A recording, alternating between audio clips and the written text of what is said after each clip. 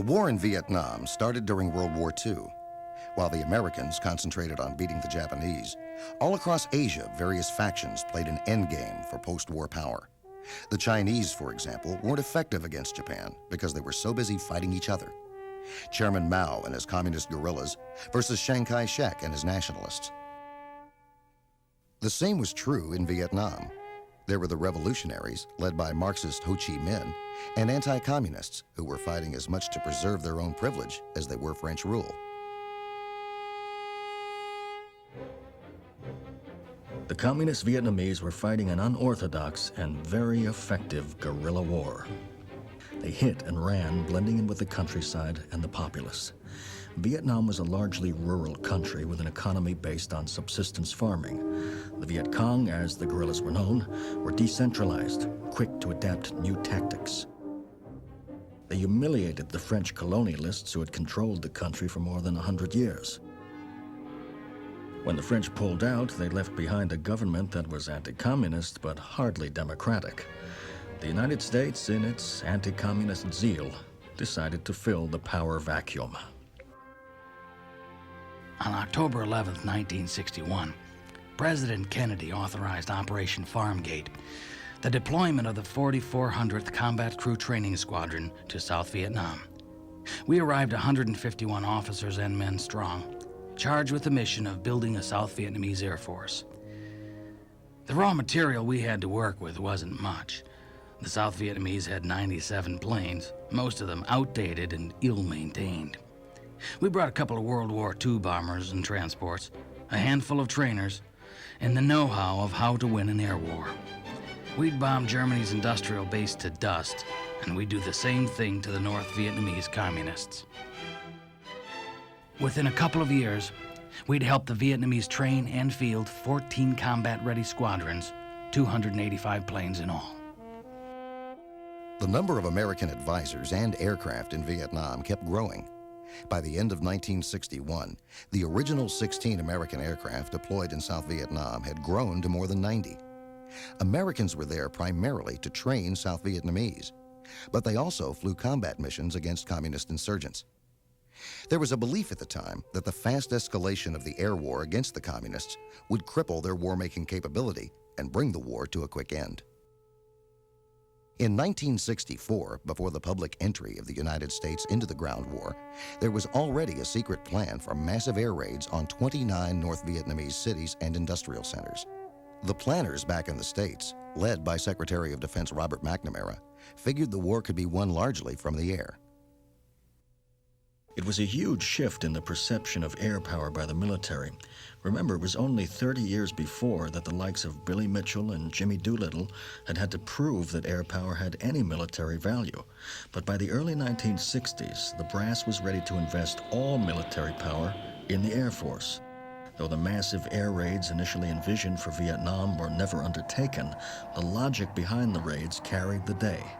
That the United States could wear down and eventually defeat the communists by bombing their cities.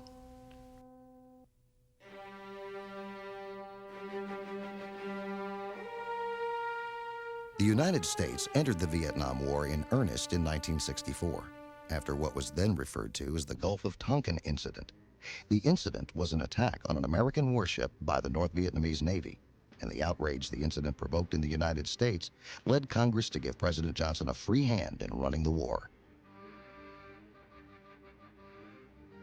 What no one in the administration explained to Congress was that the Gulf of Tonkin incident was not an unprovoked attack.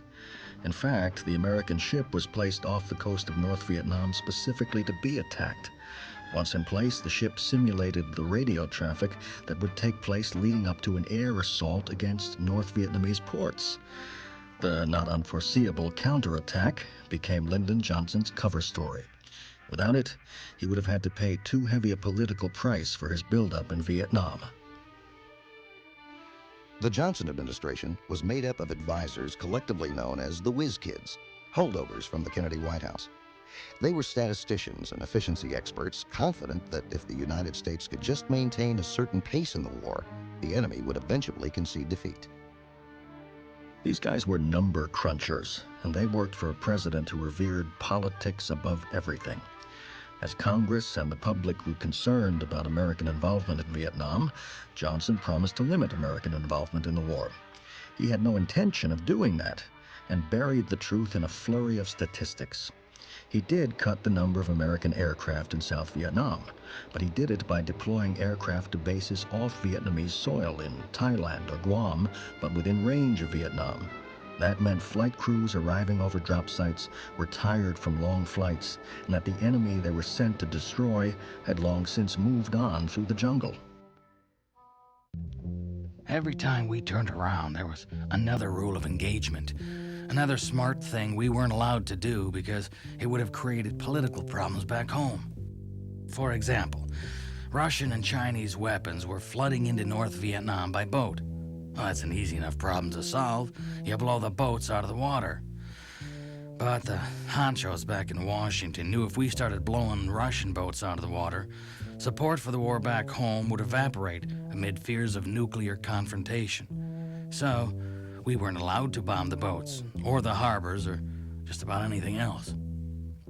We had to let the ships bring the material in, and then let the harbor crews process it. Finally, once the supplies were safely hidden away out in the jungle, we were allowed to try to destroy them. That, to us vets of World War II, seemed like a ridiculous way to fight a war.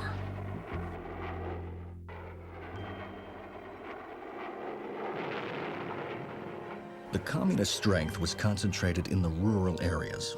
It was there, after all, that the anti-colonialist feelings ran deepest. But the countryside was also where the American strategy of bombing the Vietnamese into submission had the least effect. All the technology that had been developed since World War II had been developed with World War II in mind, which meant bombing cities, industrial sites, bridges, and tightly packed formations. In Vietnam, with an economy based on subsistence farming and a decentralized enemy, it would be hard to imagine a less effective weapon than massively applied air power. But that was the strategy the whiz kids had wrapped up in the American flag, and to dispute the tactics was to be disloyal to the underlying anti-communist ideology. The air war changed forever when the North Vietnamese started taking delivery of Russian surface-to-air missiles. The SAMs were installed to protect North Vietnamese cities from American bombers, making Hanoi, the capital of North Vietnam, the most heavily defended city in the world. As the Soviets moved in their anti-aircraft missiles, word came down to the flyers of one of the most ridiculous restrictions any military man ever had to live under.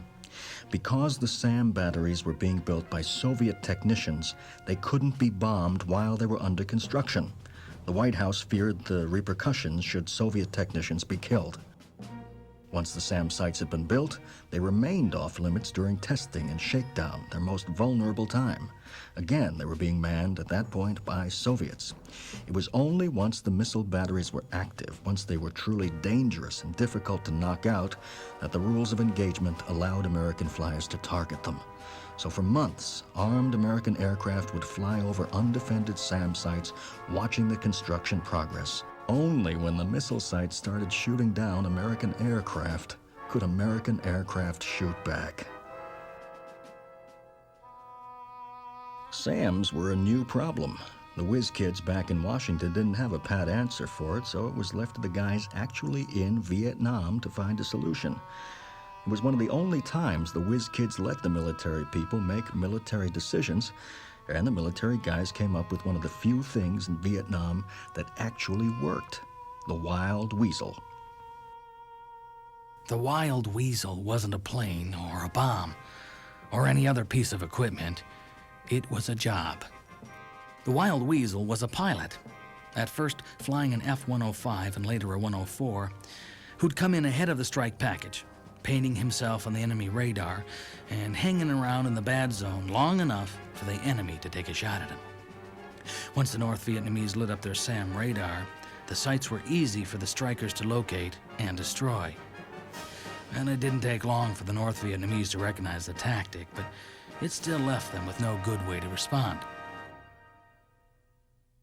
In late 1967, American intelligence started to report huge increases in the number of troops and supplies moving down the Ho Chi Minh Trail from North to South Vietnam. Analysts agreed that the North was about to launch an offensive, but no one knew where or when.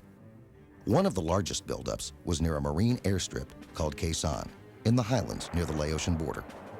2 full North Vietnamese divisions took up residence in the hills around the base, convincing American strategists the offensive would be aimed at the northern section of South Vietnam. The fighting accelerated gradually, but by January 11, 1968, the siege of Khe Sanh was in full swing. With the base cut off from ground resupply, we brought in food, ammunition, and medicine by air.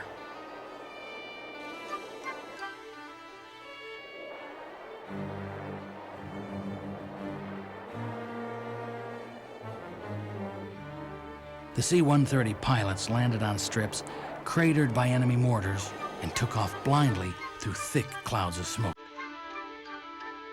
We had single days when 100 transports landed and took off, dumping supplies and carrying out wounded, while the fighting around them went on at full military power. Our job was tough, but it was nothing compared to Marines down on the ground. Those boys really took it, and they gave it back too. The North Vietnamese weren't going to overrun that base. No way.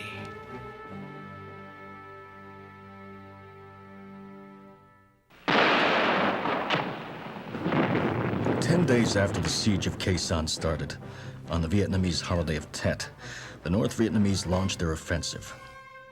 It was larger than the numbers guys back in the White House thought possible. The Viet Cong fought their way onto the grounds of the U.S. Embassy in Saigon and were able to sabotage key American facilities from within. Ironically, the emphasis on air power, largely irrelevant in a rural guerrilla war, also hurt the South during the Tet Offensive. Given fighting in friendly straits, there was simply no way for the American aircraft to ride to the rescue. You can't bomb your own troops, your own allies. So the fighting turned nasty, street to street, house to house.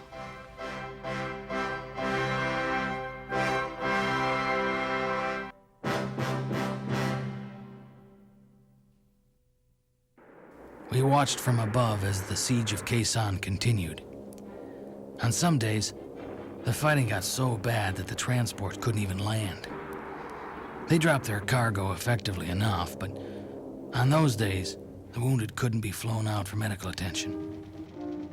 We bombed and strafed and naped everything that moved outside the perimeter. And when the perimeter was breached, we occasionally had to bomb our own base. The numbers we ran up, well, the boys in Washington must have been proud. We went through racks of 750-pound bombs, the way a kid goes through potato chips. For 4 months, we flew thousands upon thousands of sorties around that base. And when the North Vietnamese finally pulled out, the brass back home tallied up the numbers and announced a great victory. I don't know if I buy that. The Marines abandoned Khe Sanh not long after the siege ended. With the North Vietnamese gone, the brass said, there was no reason to keep the base going. We understood the logic of it. The idea that war could be reduced to strategic chess moves that rendered the actual holding of ground irrelevant. But somehow it just didn't sit right. The North Vietnamese had come because the Marines were there. After 4 months of battle, they left, and the Marines left, and nothing else had changed. That just didn't sound like victory to me. In 1968, largely as a result of the Tet Offensive, Lyndon Johnson declined to run again for the presidency. Richard Nixon, who had sworn off politics years before, won the election based on his promise of a secret plan to end the war. After his election, Nixon revealed his plan. He would bomb the North Vietnamese to the negotiating table. He increased the bombing of civilian areas in the north, and the pressure did, in fact, drive the North Vietnamese to talk peace in Paris. When the North Vietnamese proved not to be serious about negotiating peace, Nixon dusted off the Air Force's original plan to bomb the North, put down on paper and filed away in 1961. Heading into his re-election campaign in 1972, Nixon ordered the bombing and mining of North Vietnamese harbors, cutting off the supplies from China and the Soviet Union that killed so many Americans.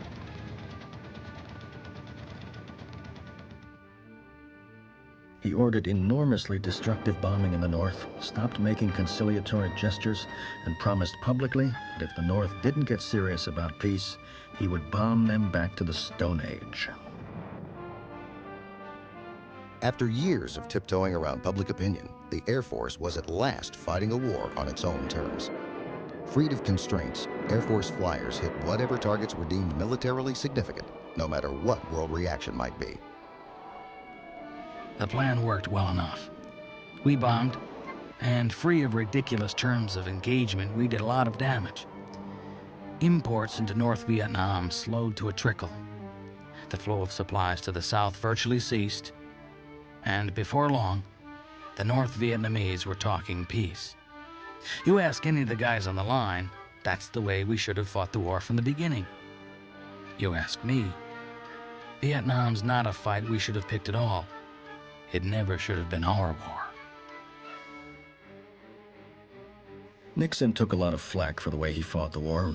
The increasing public sentiment was just to get out. But he waited, handing the control of the war slowly to the South Vietnamese while pulling American troops out. He wanted, he said, peace with honor.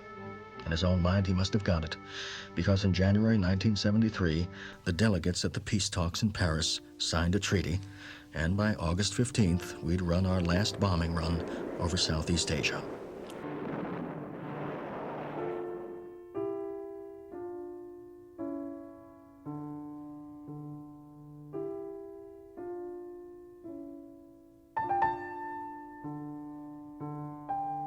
American air power hadn't proved invincible, and the limits of that air power, not previously recognized by the flyers themselves, were now apparent to all. You can bomb them to dust, one flyer said as he packed up to go home, but the war isn't won until you control the ground. The Air Force, for so long fighting for recognition, had come full circle.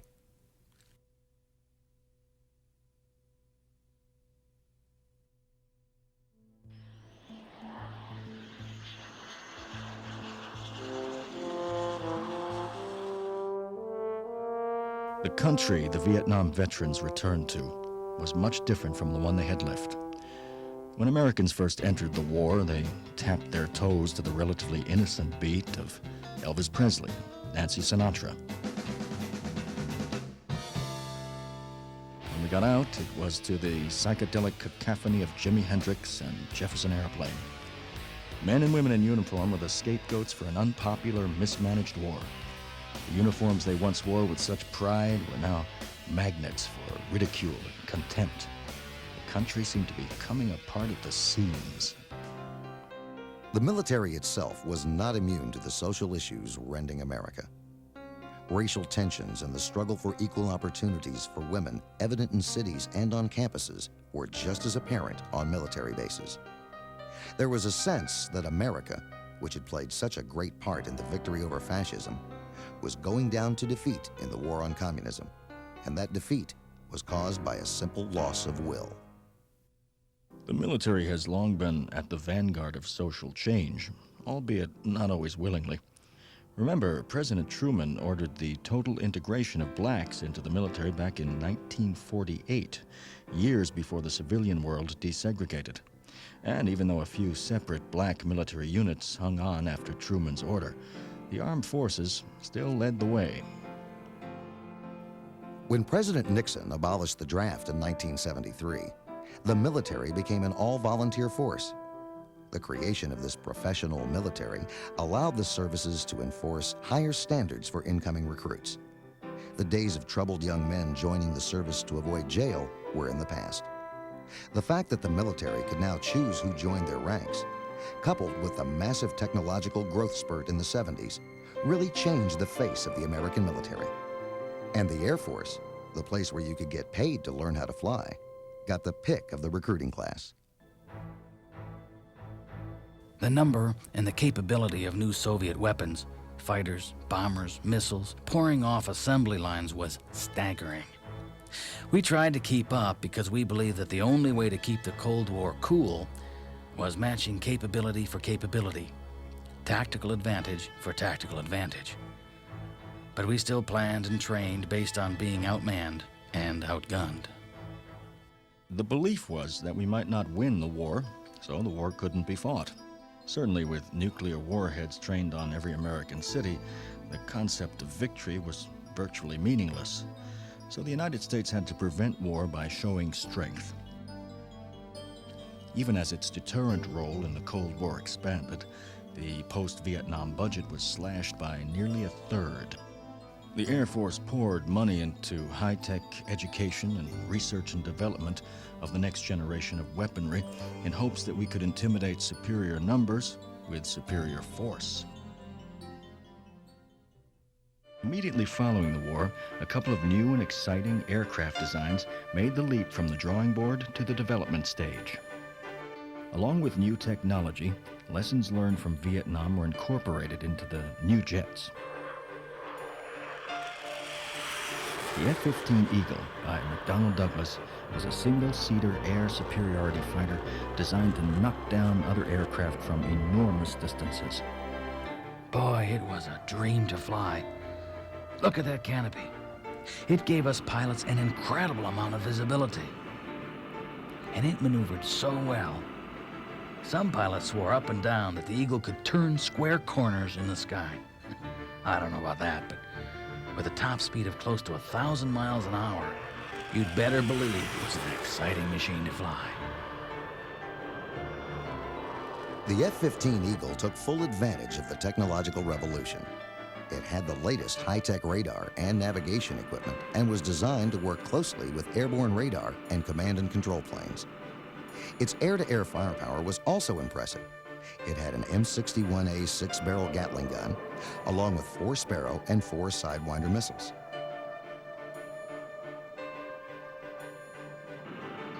But all that technology didn't come cheap. Every Eagle came with a whopping price tag of $20 million. A cheaper, smaller alternative to the F-15 soon came rolling off assembly lines.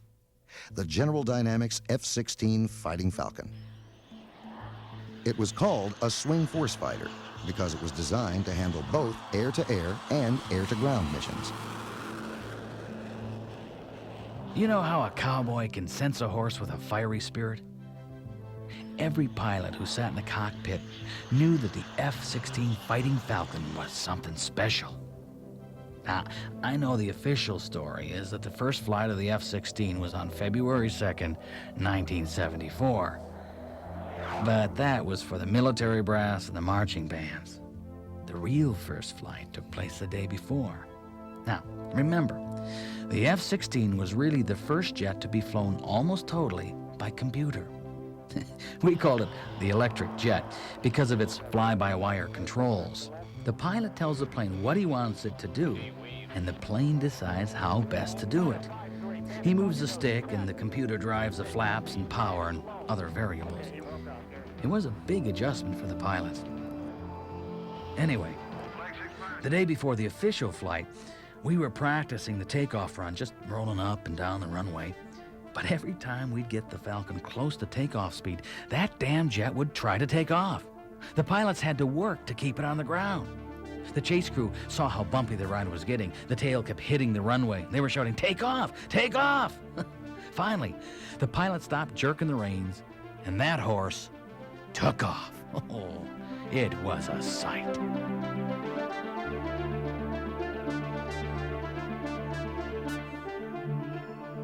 Oh, the brass got to see it the next day, so they got their show. And we kept our sneak preview a secret.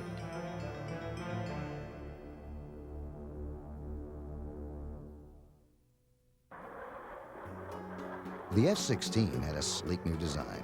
The wings were placed so far back on the body of the plane, pilots couldn't even see them from the cockpit. The running joke among pilots was that you didn't really fly an F-16, you wear it. The Falcon's main task was air superiority, keeping the sky clear of enemy fighters. 12 o'clock. Falcon 2, just stay visual 1. Tally 2, I'm engaged on the man on the right. Down slicing left. Unless you're right to his left. Right to his left. Blocks 2. But the flexible Falcon is also capable of precision bombing. In fact, F-16 pilots spend most of their training time practicing for bombing missions. When they take on this role, the F-16s are called Killer Bees. Until 1967, the Air Force had never bothered to buy a close support aircraft. Vietnam made clear the need for a rough-and-tumble aircraft, one that could operate from short, unpaved front-line airstrips and deliver undeniable killing power. Enter the A-10 Thunderbolt II, affectionately called the Warthog.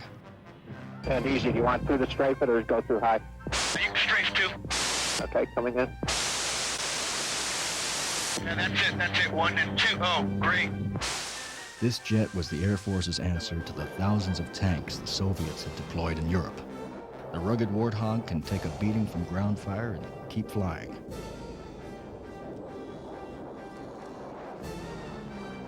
It's also larger than most tactical attack aircraft because it's built around a massive 30mm gun. They designed the gun first. The plane came later.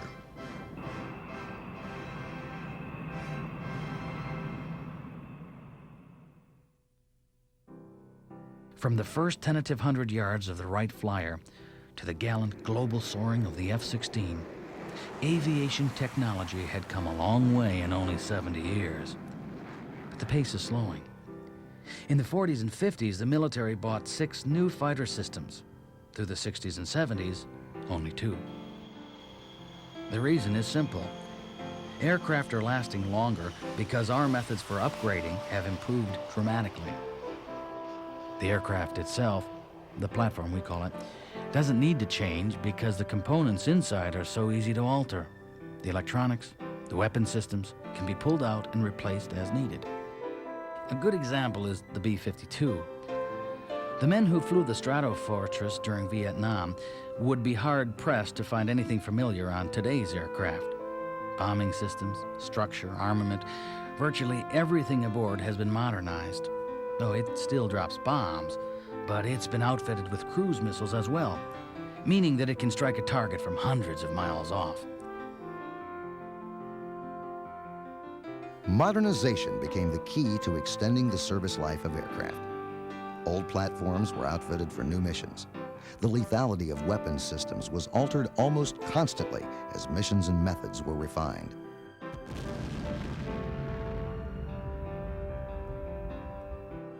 New technology joined with old. New recruits learned from battle-hardened vets, and a new Air Force emerged.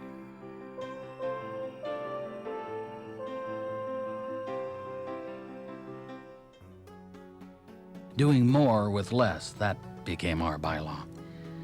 Since the end of Vietnam, we had several 100,000 fewer people, yet our global responsibilities kept expanding.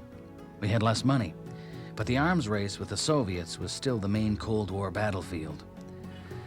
We knew that we would have to work harder, train harder, and be far more flexible than ever before. The Air Force had entered the computer age with a vengeance. To make sure people kept up with the technology, recruits spent months and months in the classroom. It became an Air Force of technical specialists. Officers and enlisted men and women were encouraged to go to night school. The new Air Force not only recruited, but created college graduates. What they were making was the first true 21st century military force.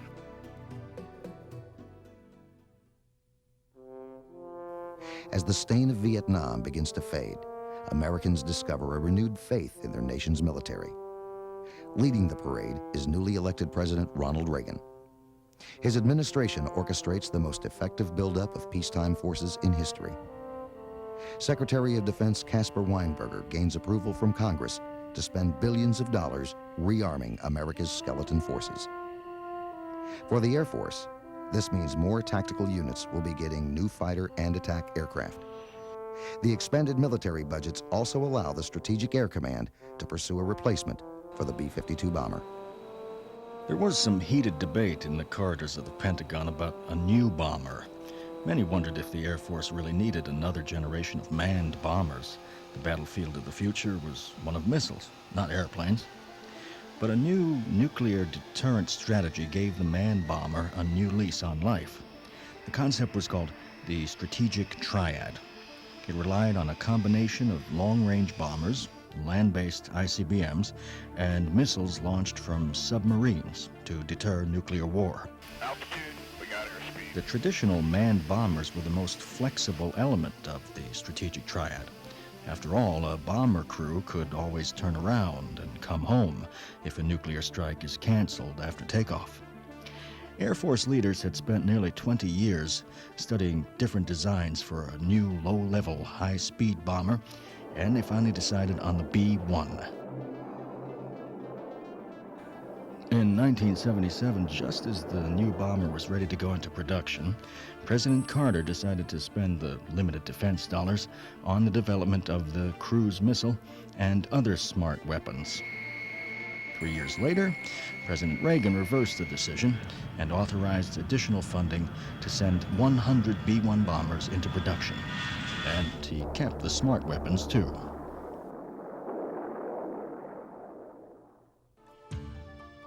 In 1988, Lockheed unveiled an aircraft unlike any other the world had ever seen. Years of top-secret research and development resulted in a futuristic aircraft which was, when flown at night, virtually invisible to both the eye and radar.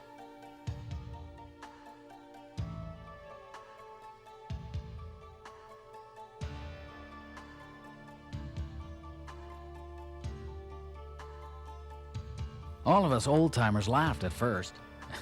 After all, who needs radar to see a plane that ugly? But those engineers sure proved us wrong. They had actually designed a plane that was invisible to any existing radar and couldn't be detected by its own heat emission.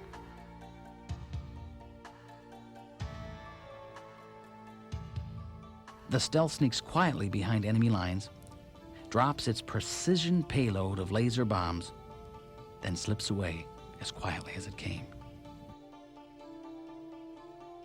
The stealth is a single-seater, so every mission is truly a solo mission. And take it from me, that's a major responsibility when you're flying an aircraft that's worth $100 million.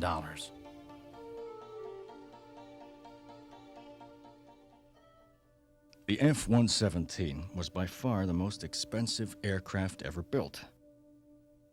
The end of the Cold War inevitably brought demands for severe budget cuts, and the stealth, along with many other Defense Department programs, came under heavy fire. After all, how could the military justify spending so much money when the world was entering an era of peace? War, as we knew it, was over, wasn't it?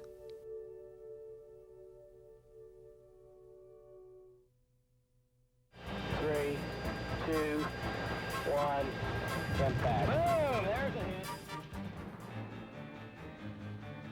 In the pre-dawn darkness of August 2nd, 1990, hundreds of Iraqi tanks pour across the Kuwaiti border.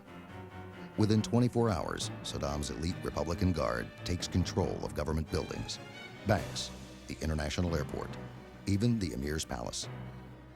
Hussein called it annexation and claims the area known as Kuwait has for most of history been a part of Iraq.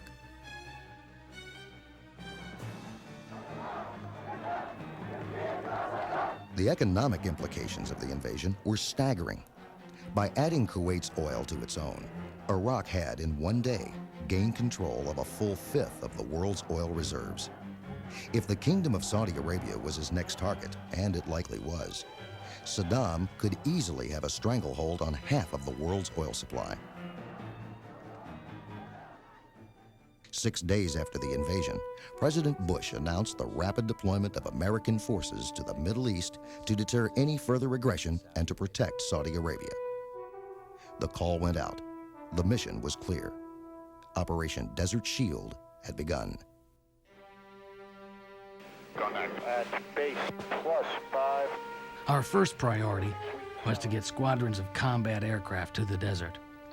We flew our F-16s and A-10s across the ocean from the States, refueling along the way. F-111s came down from England, F-15s from Germany. Putting us there like that was a risk. We didn't have the supplies or support crews to fight effectively. Consider that my jet alone consumes hundreds of spare parts on a single combat sortie, and that's not counting the ammunition. There are dozens of people who make up my ground crew, and they need their equipment and their supplies.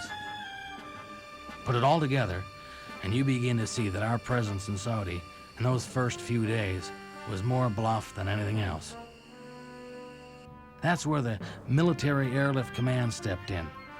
The MAC crews worked non-stop hauling critical items to the Gulf while we just sat there, looking up the road to Kuwait and wondering if Saddam's tanks were on their way toward us.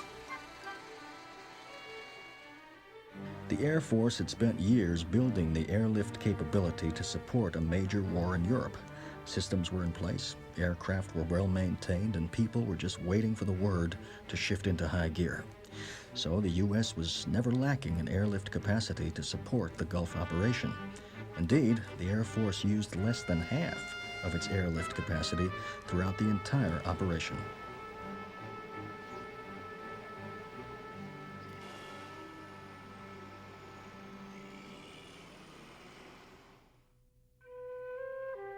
During World War II, the Nazis' Desert Fox, Field Marshal Rommel, discovered an essential truth about desert war. Whoever controls the skies controls the movement of troops on the ground. And that lesson was not lost on General Norman Schwarzkopf, a veteran of the war in Vietnam who'd been assigned as the commander-in-chief of Allied forces in the Persian Gulf theater. His battle plan called for an intense, massive air campaign to shape the battlefield in preparation for a ground offensive. He knew that our ground forces could beat theirs, but he didn't want to risk large numbers of casualties. Schwarzkopf would use air power to eliminate certain enemy capabilities, which would deny Saddam the opportunity to inflict casualties. The first priority of the air war would be to take down Saddam's ability to communicate with and control his troops. Next, we would knock out the Iraqi systems which could create mass casualties. Long-range weapons capable of carrying nuclear, biological, or chemical warheads.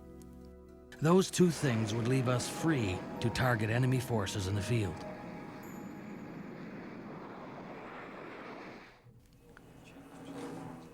As the plan for invasion began to take shape, it became clear that our stealth fighters would make the first strikes of the air war. But we needed some way to be absolutely sure that the Iraqis couldn't see us. So we devised a little test. It was a long trip to Baghdad and back. So we knew we would have to top off our fuel tanks right before we entered Iraqi airspace. There was no way to hide the huge refueling tankers from the Iraqi radar, so we didn't even try. Instead, several times a week, the tankers would fly close to the border and stay there for hours on end. Soon enough, the tankers became a routine blip on Iraqi radar. What their radar couldn't see were the stealth fighters flying with them. One day, while flying close to Iraqi airspace, we intentionally came out of stealth mode so we would appear on Iraqi radar. Our planes made a dash for the Iraqi border, but just before we crossed it, we switched into stealth mode and turned back. To the Iraqis, it looked like our fighters had simply disappeared, and we were hoping they'd guess that we just dropped down too close to the ground to be seen. Well, the next day, Baghdad, assuming exactly what we'd wanted them to assume, started bellyaching about our fighters entering their airspace. It was good press for Saddam, but it told us that the F-117s, with transponders off, were indeed invisible to the bad guys' radar. They hadn't seen us turn back.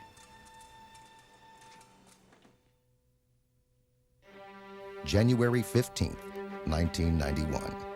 Saddam had until midnight to pull his forces out of Kuwait. He didn't budge. The world held its breath and waited.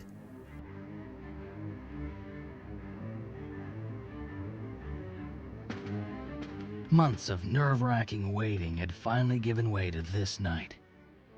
We had gone over the plan so many times, we knew it by heart. We had to. More than 400 combat planes and hundreds more support aircraft would be crowding the skies above Iraq over the next few hours. For safety's sake, the timetable had to be precise. There was no room for error.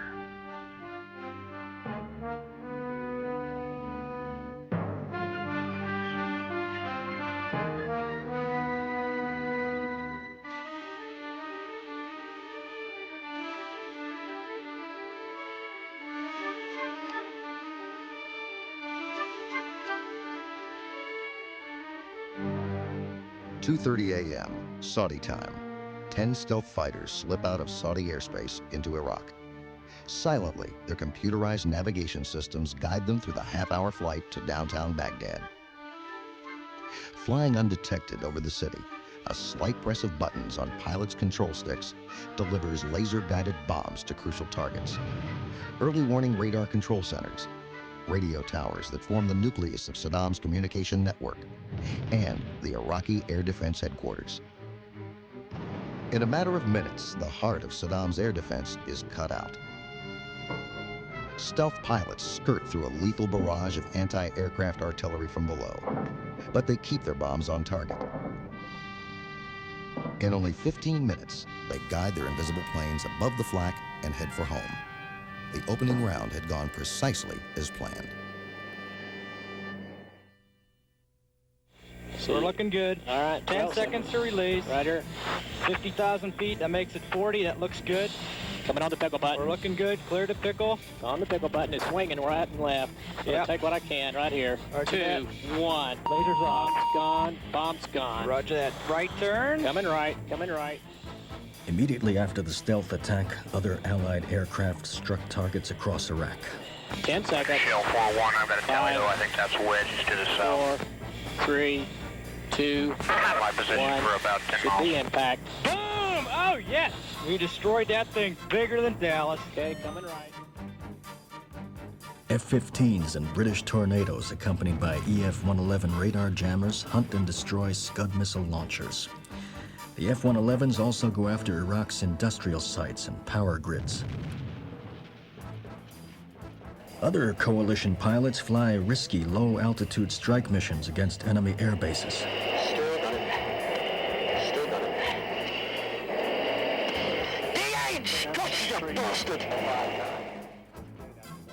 Once they've destroyed the planes on the ground, the Tornado pilots put the airstrip itself out of commission, scattering a generous layer of mines which crater the runway and discourage repairs. Good. That was an excellent splash. Red smoke. Other airfields face the wrath of American B-52 bombers.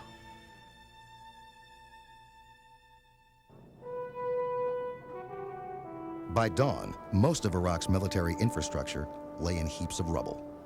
Allied air power had made an impressive debut. Hussein braced himself for the mother of all battles. Soon after the beginning of the air war, we pilots began fighting a new enemy, the weather. An unseasonable front had moved in, covering most of Iraq and Kuwait with low, thick clouds. Many of us were stuck on the ground until the weather cleared. Other elements conspired to slow the progress of the air war. While most of Saddam's Scud missile launchers had been destroyed on the first night of the air war, many mobile launchers remained. Right off the bat, Saddam started firing Scuds at Israel, trying to draw the Israelis into the war. The big question was whether he would arm his missiles with deadly chemical or biological agents which would have forced Israel's hand.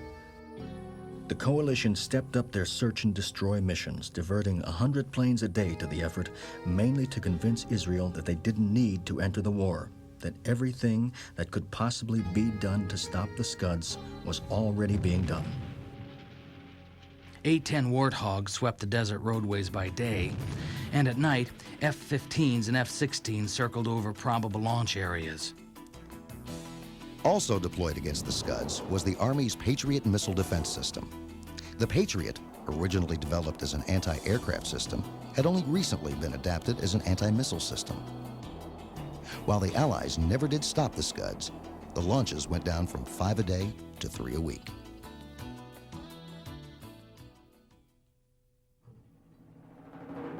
In the months leading up to Desert Storm, we were told that Saddam's Air Force would be a formidable foe. Once the air war started, every time the Iraqi pilots came up to fight, we shot them down. Splash 2. OPEC 2. Splash 2. OPEC 1 is engaged. Second quadrant. Come on, 5.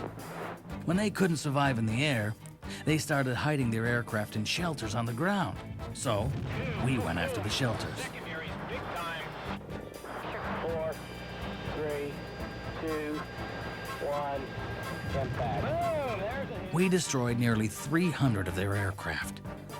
Saddam's response?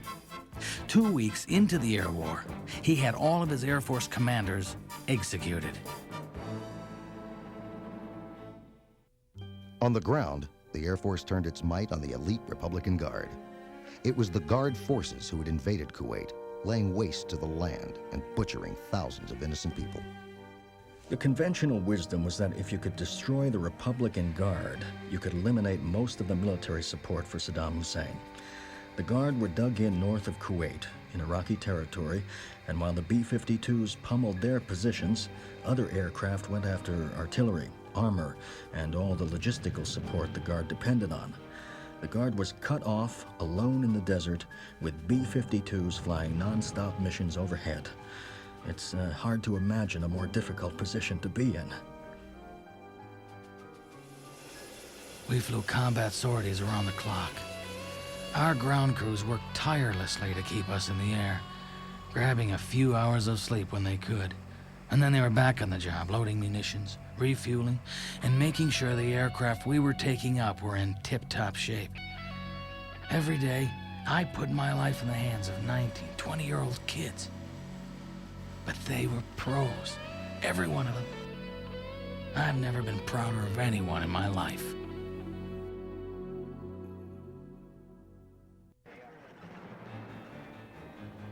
It became clear that despite the impact of Allied airstrikes on his country, Saddam had no intention of releasing his chokehold on Kuwait. February 24th, 1992.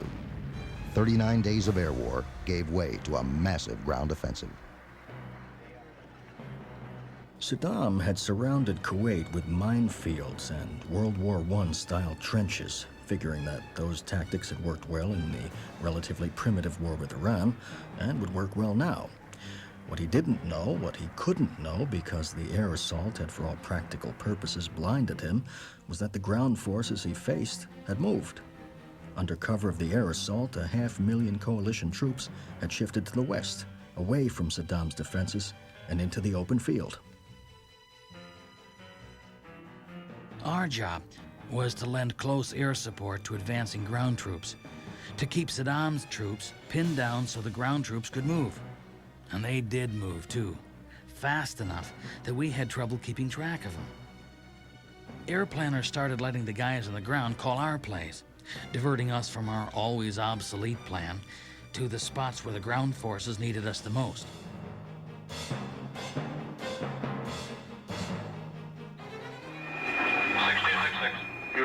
Roger, we got a whole bunch of guys throwing AK-47s up the air down here. Does that mean anything?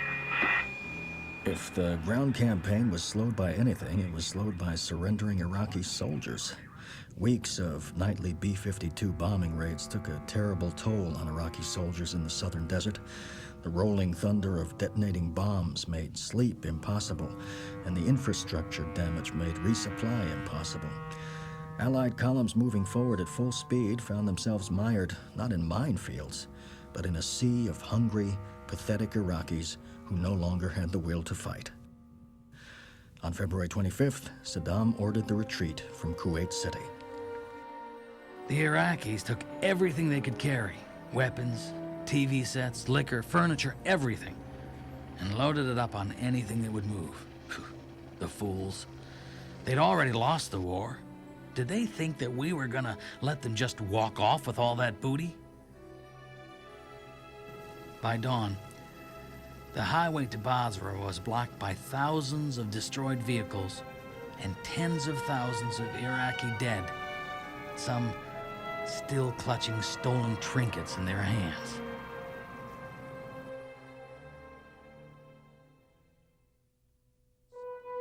On February 28th, President Bush declared a ceasefire.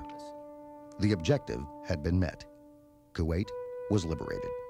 The ground war had lasted only 100 hours. However brilliantly the ground campaign was planned, what Desert Storm will be remembered as is a perfectly executed air campaign. And that, ironically, may prove problematic in the future. In a sense, it has left in the American mind the impression that there is such a thing as a push-button war, that at relatively low cost to ourselves, we can inflict tremendous damage on our enemies. But if you look at Desert Shield and Desert Storm, we're not likely to see another war like that. Every circumstance was optimal, from the geography to the not entirely rational nature of our enemy. Future wars are likely to be a good deal more difficult, and we really shouldn't get complacent.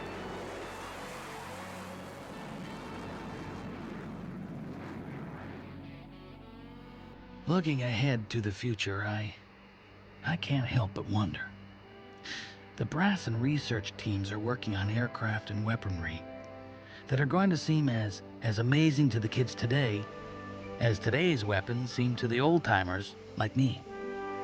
Who would have known that we'd end up with aircraft that were, for all intents and purposes, invisible?